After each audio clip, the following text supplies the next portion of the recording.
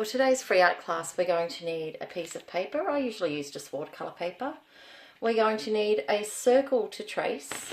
We're going to need another circle that's smaller, that leaves about this much gap in between, about maybe 3 or 4 centimetres.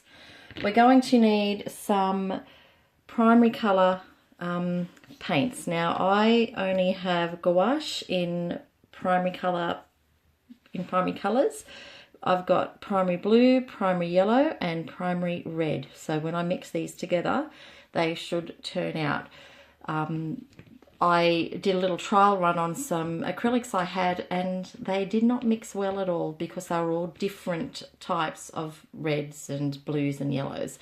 So if you get something that says primary on each one of the 3 primary colours, then you should be pretty right. We need a ruler because we need to divide our circle into 12 sections. So of course we need a pencil and an eraser. And we have a glass of water or a cup of water, jar of water with a paintbrush inside. So let's get started on the circle.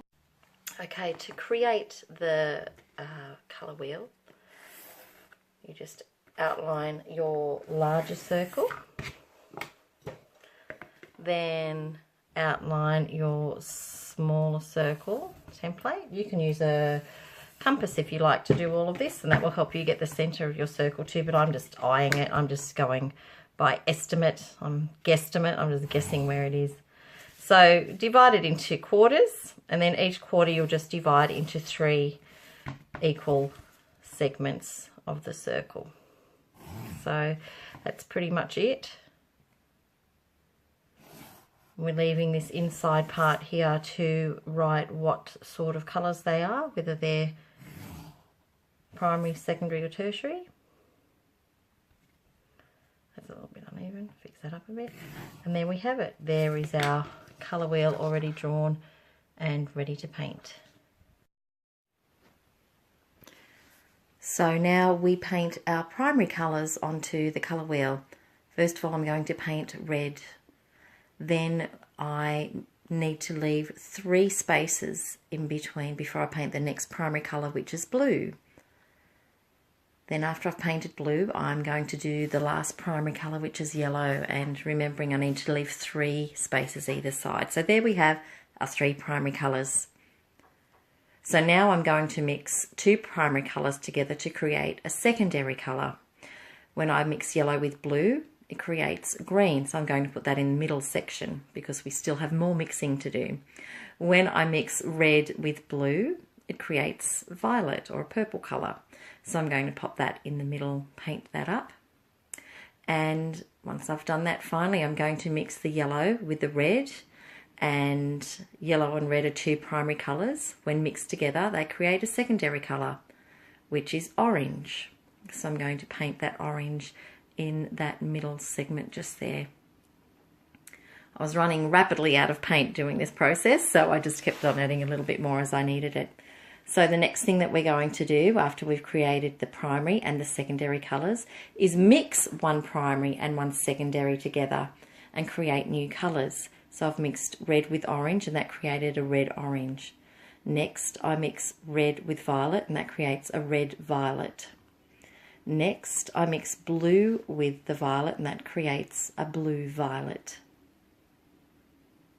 So it's a matter of just mixing 1 primary colour and 1 secondary colour together, and that creates a new colour, which is a tertiary colour.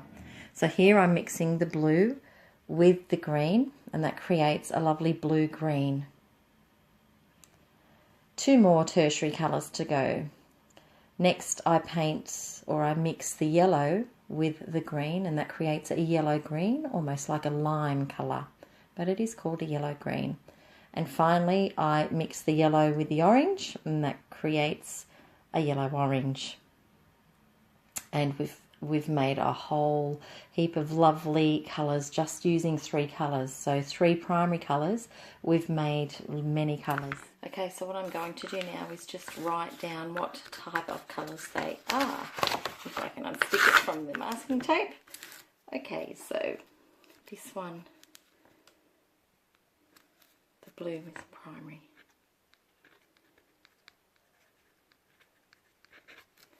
And you might like to do this to yours too. The yellow is a primary.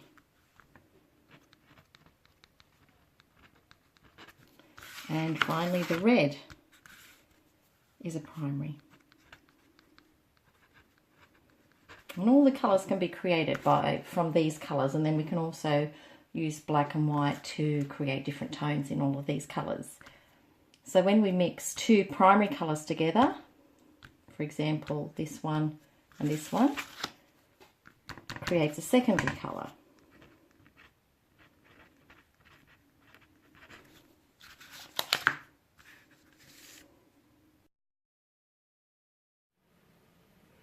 Okay, so I am now looking at some secondary colours that we've created by mixing two primary colours together. Then when you mix a primary and a secondary colour together, it creates a tertiary colour. So there were many tertiary colours created by mixing a primary and a secondary colour.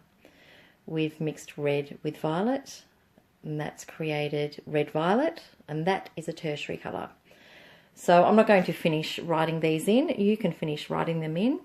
We have talked about the colour wheel before and how colours opposite on the colour wheel go really nicely together. So for example, blue and orange go nicely together. Green and red go nicely together. So they're called complementary colours, which we've discussed before. And also, when you look at a colour wheel, whenever you have three colours side by side, all of those colours go really nicely together as well. So a colour wheel can be really helpful in helping us when we do our paintings. They can help us decide which colours go nicely with one another, and that makes our paintings look more pleasing to the eye, I guess. Thank you for watching. I hope you found this video useful. If you have, I would really appreciate it if you liked it and subscribed to my free art class Bit of a Hippie YouTube channel. Don't forget, we've also got a free art class Facebook group where you can post any pictures that you've created using any of my videos. Thank you for watching. Happy painting, and I'll see you next time.